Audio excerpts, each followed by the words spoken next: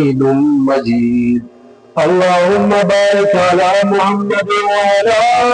آل محمد كما باركت على إبراهيم وعلى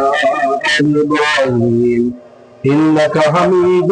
مجيد اجل نے نہ چھوڑا نہ کسرا نہ دارا اسی سے سکندر صفاتہ بہارا جگہ جی لگانے کی دنیا نہیں ہے یہ عبرت کی جا ہے تماشا نہیں ہے۔ معزز سامعین کرام، اللہ وحدہ لا شریک کا شکر اور احسان ہے، شریعت محمدیہ صلی اللہ تعالیٰ علیہ وسلم کا احسان ہے کہ اللہ پاک نے مرنے کے بعد بھی ہمیں اکیلے نہیں چھوڑا، بلکہ شریعت محمدیہ صلی اللہ تعالیٰ علیہ وسلم میں اللہ تعالیٰ نے یہ مہربانی کی ہے کہ مرنے کے بعد بھی اگر کوئی اپنے بھائی کو یاد رکھے تو اللہ تعالیٰ مرنے اور قبر والے کے جنت کے درجات کو بڑھا دیتا ہے، اور اگر وہ اللہ نہ کرے گناہگار ہو عذاب میں ہوتا ہے تو دعائے مغفرت اور اثار ثواب کی برکت سے اللہ پاک اس قبر کو جنت کا باغیچہ بنا دیتے ہیں۔ سبحان اللہ کہے تو ہم پر اللہ کا یہ خاص کرم ہے، احسان ہے کہ اللہ پاک نے اثار ثواب کا سلسلہ بھی جاری فرما دیا ہے۔ آپ علیہ السلام کا ارشاد ہے بندہ مر جاتا ہے لیکن تین چیزیں اس کے ساتھ جاری رہتی ہیں، ان میں سے ایک چیز یہ بھی ہے کہ اگر کسی نے کسی کے لیے خاص طور پر اولاد کا ذکر ہے، اگر کوئی دوست اس کے بھی الفاظ ہے اپنے دوست کو یاد کر لے، دعا استغفار کر دے کہ اللہ میرے دوست کو میرے رشتہ دار کو معاف فرما دے اور اس کے جنت کے درجات کو بڑھا دے، تو رب العالمین اس بندے کو جنت بھی عطا فرماتے ہیں بلکہ جنت کے درجات کو بھی بڑھا دیتے ہیں۔ مرنے والا خود پوچھتا ہے کہ پہلے کم درجہ تھا، پہلے تو اتنی راحت نہیں تھی، اب مزے آ رہے ہیں، اب انعامات میں اضافہ ہو رہا ہے، اب مہربانیاں زیادہ ہو گئی ہیں، مالک وجہ کیا ہے؟ تو فرشتے جواب دیتے ہیں کہ تیری بستی والوں نے، تیرے رشتہ داروں نے، تیرے عزیز و اقربا نے، تیرے دوست احباب نے، تیرے ابنوں نے آج تجھے یاد کیا ہے، سارے ثواب کیے ہے، رب العالمین نے اس لیے تیری جنت کو بڑھا دیا ہے۔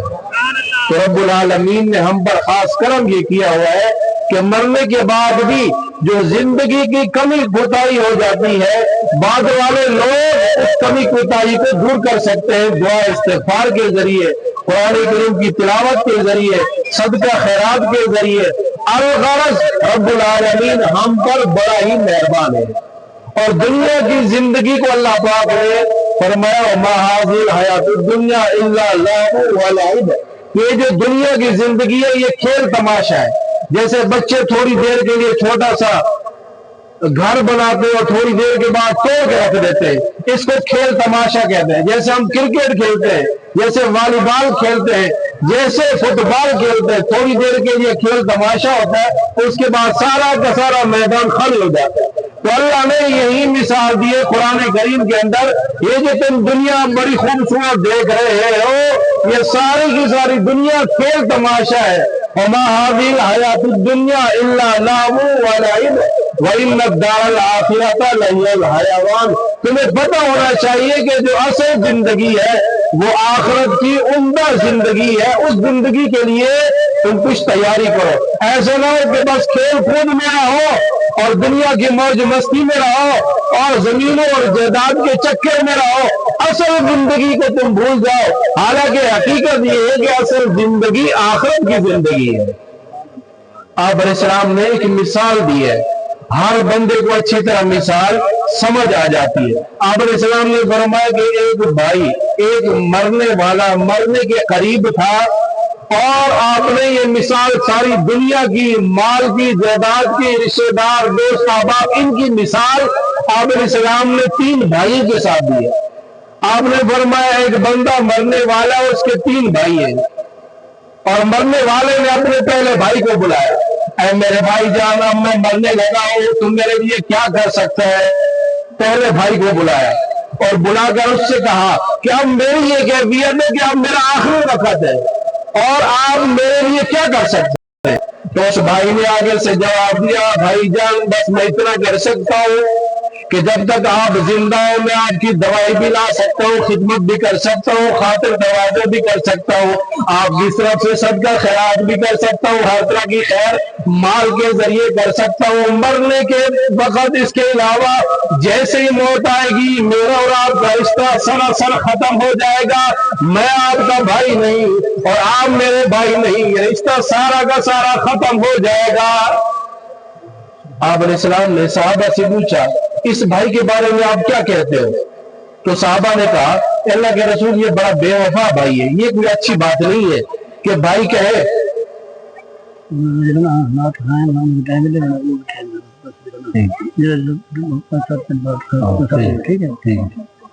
تو پہلے بھائی نے کہا بھائی اتنا رشتہ ہے ہمارا، میرا اور آپ کا۔ تو صحابہ نے کہا کہ اللہ کے رسول یہ تو اچھی بات نہیں ہے کہ بس کہا کہ جب تک آپ زندہ ہے میں آپ کے ساتھ ہوں، ساتھ دوں گا، مرنے کے بعد اور میرا اور آپ کا رشتہ پہلے ختم ہو جائے۔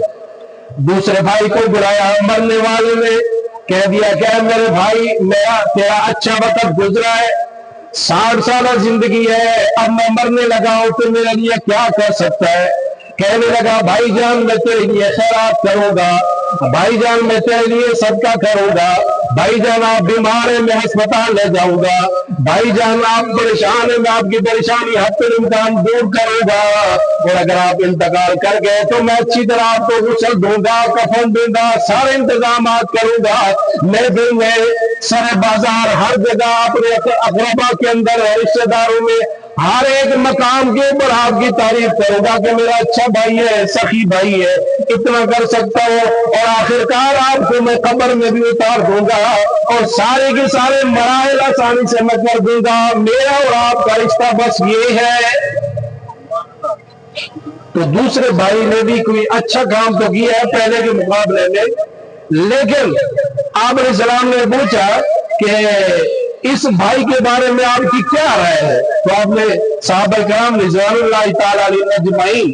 اصل آخرت کے طرفدار تھے، تو انہوں نے کہا کہ اللہ کے رسول یہ تو اچھی بات ہے لیکن کوئی خاص بات نہیں ہے، یہ تو کہہ رہا ہے کہ مرنے کے بعد سلسلہ ختم ہو جائے گا، جلد جلد آپ کی خاطر تواضع کر دوں گا، قبر میں اتار کر سارا کا سارا سلسلہ ختم۔ تو آپ علیہ السلام نے فرمایا جو دوسرا بھائی ہے یہ اس کی برابری والے، یہ اس کے رشتہ دار ہے، اس کے ماں باپ ہے، اس کا خاندان ہے، بس اتنا ان کا ساتھ ہے کہ قبر تک پہنچا سکتے ہیں۔ تیسرے بھائی کو بلایا، بھائی جان آپ میرے لیے کیا کر سکتے ہو؟ اب میری آخری گھڑی ہے، زندگی کی ساری جمع پوجی ختم ہو گئی، آپ میرے لیے کیا کر سکتے ہیں اس مشکل گھڑی کے اندر؟ تیسرا بھائی بڑا اچھا نکلا، اس نے کہا اے میرے بھائی جب ساری دنیا چھوڑ کے چلی جائے گی قبر میں اکیلے آپ ہوں گے،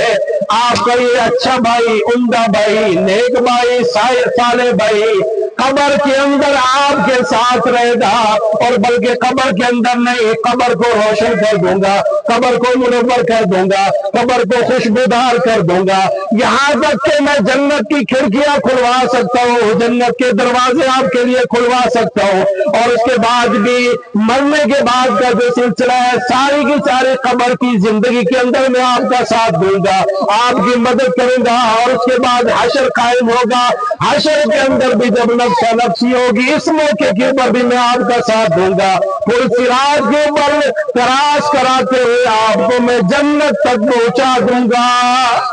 سبحان اللہ کہے۔ یہ تیسرا بھائی بہت اچھا ہے، آپ نے فرمایا جو تیسرا بھائی ہے بندے کے نیک اعمال ہے۔ تین بھائیوں نے کہا میرا جواب، پہلے نے بھی کہا کہ میرا جواب، پہلے نے جو کہا تھا کہ میرا جواب ہے وہ مال تھا، بس جب تک سانس ہے مال آپ کی جیب میں، جیسے ہی سانس گئی بھائی نے کہا میرا اور آپ کا رشتہ ختم۔